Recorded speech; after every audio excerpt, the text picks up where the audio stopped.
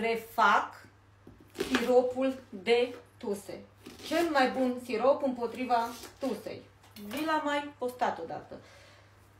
Ceapă roșie tăiată, o pun în ibricul ăsta, 100 de ml de apă, le pun la fiert pentru 6-7 minute.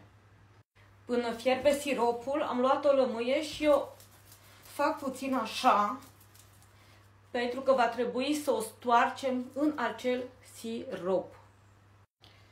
Siropul a fiert, îl voi strecura într-un borcan. Miroase numai ceapă. Dar ce contează dacă tusea strece atât de bine?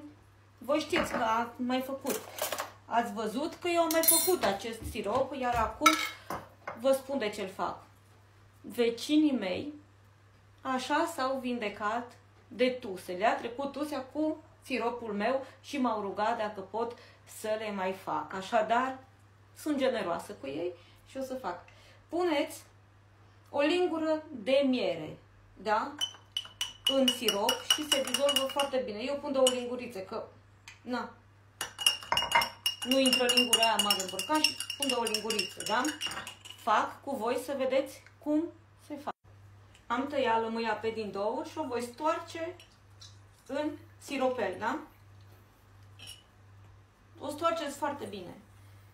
Luați în fiecare zi câte 2 lingurițe, 2 dimineața, la amiază și seara. După 3 zile veți scăpa de tuse. Multe fete au dat copiilor sau chiar ele însuși și după o zi au văzut rezultate foarte bine. Așadar, acesta este siropelul.